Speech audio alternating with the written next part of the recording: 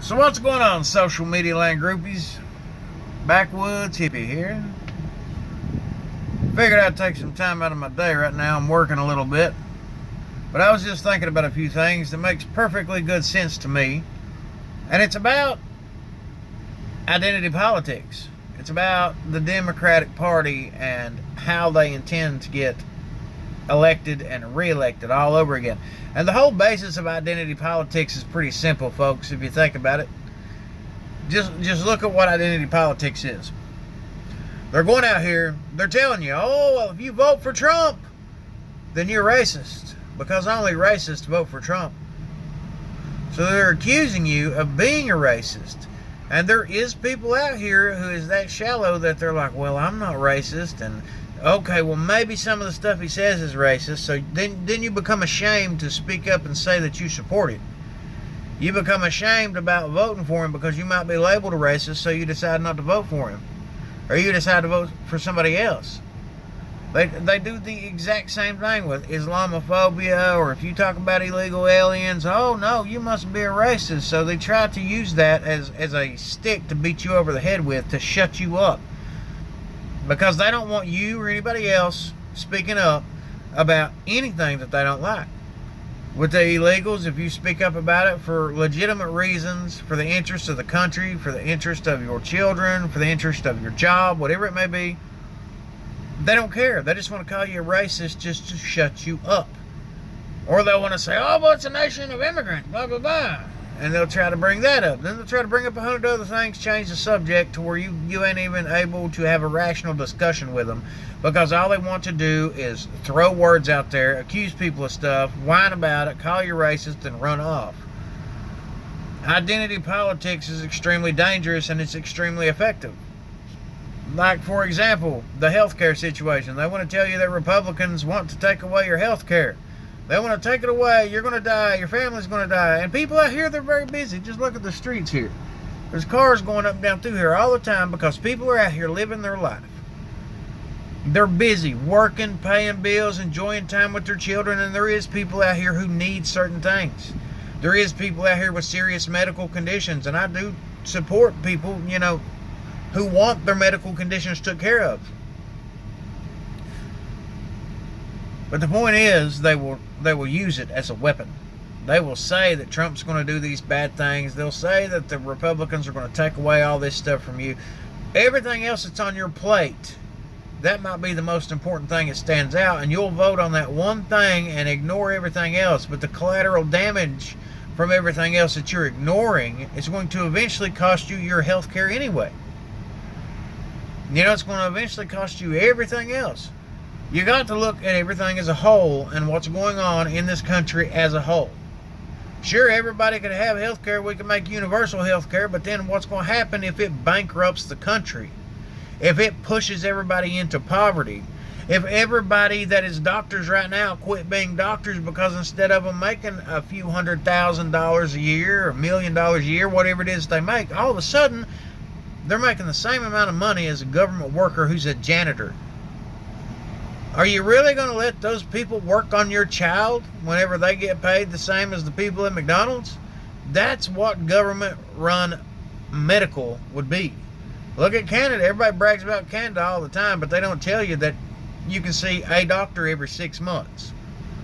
If you get sick right now and you got a bad infection right now, you go into the ER up there, you might wait 2 or 3 days in the emergency room before you get seen. And then they'll tell you, come back to the doctor next year and we'll try to deal with this. We'll have surgery for you in a year. There's all kinds of stories coming out of Canada like that. Because government run healthcare. Nobody wants to go out here and work for the government.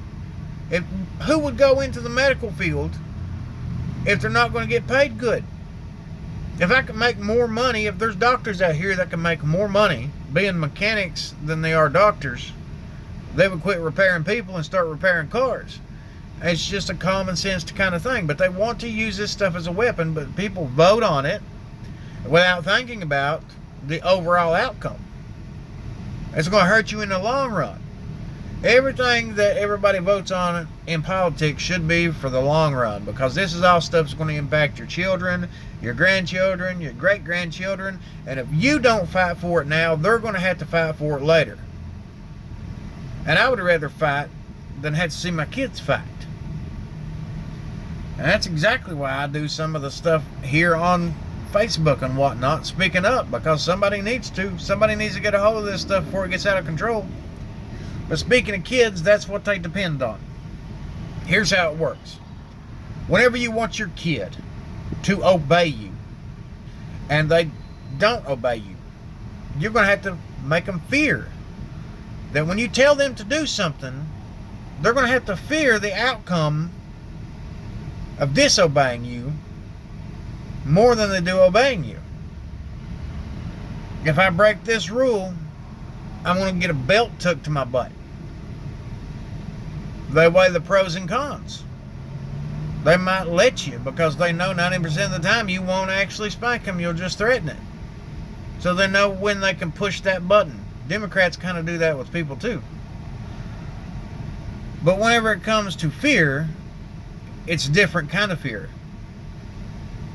Different fear in spanking as opposed to monsters, for example. You tell a child you're going to wear it out, you're going to spank it, you're going to bust its butt, you threaten it. They push your buttons, you don't spank them. Or you spank them, it's over with. But you look at them and you tell them at nighttime, you get out of this bed tonight while I'm asleep, and the boogeyman is going to crawl out from under that bed and take you away. The boogeyman is going to crawl out from that closet and it's going to snatch you up and we'll never see you again. He eats little kids. You say something like that and it gets it in their mind that the boogeyman is real. The boogeyman is real and they're going to get me if I get out of this bed. That's a kind of fear that keeps kids in bed. That's the kind of fear that also sticks with them for a long, long time into adulthood. If you scare the hell out of them, which is, why that's necessarily not a good thing. But the point of the matter is, they will obey because they fear the boogeyman. And the person that they come running to, if they get out of bed, they look and they see a shadow in the closet, they come running like hell to mommy and daddy. Crying, screaming. They trust you to protect them. They love you and they trust you and they're devoted to you protecting them against that boogeyman that they fear. But in reality, they are trusting the person who is the boogeyman. Because the boogeyman's not real. You create the boogeyman to make your children fear it. And then they come running to you for protection. That is exactly what the Democratic Party is doing with identity politics and the people in this country today. They have done it to black people for generations. They have done it to Hispanics now. And they're doing it to everybody in the nation as far as using their health care and all this other stuff against them. They want to create a boogeyman, and he's got a face. It's Donald Trump. Big orange boogeyman coming out of the closet, going to take everything away from you. Oh, big orange boogeyman, he's racist, he's sexist, he's homophobic, he's Islamophobic, he's all this stuff. He's a Russian agent. He's going to run the country into the ground. They created the boogeyman and put Trump's face on it. And then the liberals are scared to death of that boogeyman, and who they go running to? They go running to the Democratic mommy and daddy. And they put their trust in them. But in reality, the real boogeyman is the Democratic mommy and daddy, because they're the ones who created the boogeyman in order to control the children through fear. And that is essentially how the identity politics works. They are using it through the mainstream media. Adolf Hitler himself, said back in the day, if you let me control the textbooks, I will control the state. In other words, if he could control the information, he would control the people. And it's just one of those things. If you raise a children from a young age, and you tell them that pink is purple, black is blue, and yellow is white, they're going to grow up thinking that, even though that's not what the actual colors are. They'll grow up programmed that way and believe those things because they were raised that way. That's what it means to control the information, to control the state. If they can control the mainstream media, they will be able to control the narrative and control the state of mind that people have about this country, about our president, and everything you hear and see. That's why they tell everybody on a daily basis that Trump is a Russian agent, or he's mentally unstable and unable to be president, or that he done all this IRS evasion and tax evasion and all that crap, or the Stormy Daniels incident, or he's going to have us nuked by North Korea, and then they cry about him being chummy with Rocket Man. It's all this stuff. They flip-flop on everything that they say, because all they want to do is control the narrative. And the people in Hollywood, they do the exact same thing. They speak up, they throw their weight around because they're wealthy, they got money, and they don't have to answer to nobody because they're wealthy and they got money. Celebrities answer to a different law than what Americans do. They get a slap on the wrist for something that would put you in jail. Politicians, the exact same thing. And all the Democrats are doing, they use the law as a weapon to beat somebody over the head with it if they're on the other side of the aisle. That's all they do. And then if it's them that's in the spotlight, they use the law to protect themselves. That is one of the biggest problems in this country, because whenever it comes down to it, they're going to do the same thing to you, depending on who's in your towns. One of these days it could be you and it could be your children. Somebody does something and it's your child that they do it to. Nothing get done about it because they're a Democrat. Nothing get done about it because they're friends with somebody who wants to manipulate the law into their favor and then punish you if you speak up about it. This country is in the middle of a cultural war right now. And we're going to all have to start standing up and accepting the facts as to what's happening. These people in the mainstream media, it's a conspiracy. They wouldn't do that. They wouldn't lie to the American people. Let me tell you something. Anderson Cooper gets paid $10 million a year to sit in front of that TV a few hours a day and to run his mouth. And believe me, if his bosses says, listen, you're going to say this about President Trump and you're going to say this about the First Lady and the rest of his family, or you're done here. Guess what? They make them sign disclosure agreements, and they will get sued and lose everything they got if they was to speak up about what goes on behind the curtain of mainstream media.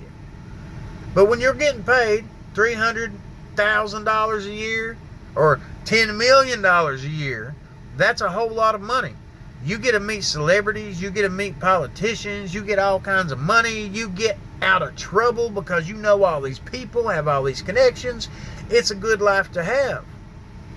Because if you do the bidding of the people who pay you, you can have that kind of lifestyle. And there's a lot of people out here, you could tell a lot of basic, average, everyday Americans, like Kathy Griffith, for example. She got paid, I think it's $150,000 just for a 10-minute segment on CNN one night. 10 minutes. Days worth of work, $150,000.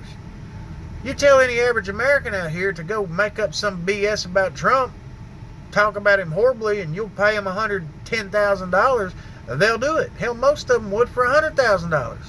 $10,000 even.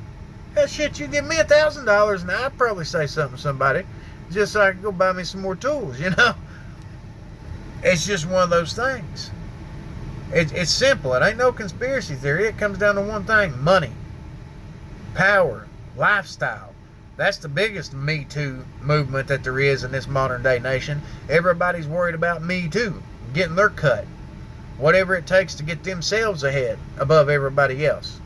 And that has caused people to lose their moral values in this country compared to what it used to be. But anyhow, I got to get back to work. That's my rant for the day. Keep tuned to the channel because I am definitely back. I'm going to start making more videos every single day, posting what I can when I can, because it's going to be one hell of a fight between now and 2020. Because we're going to have to re-elect Trump. We're going to have to re-elect some Republicans and then deport some Democrats out of office and start taking this country back by any means necessary.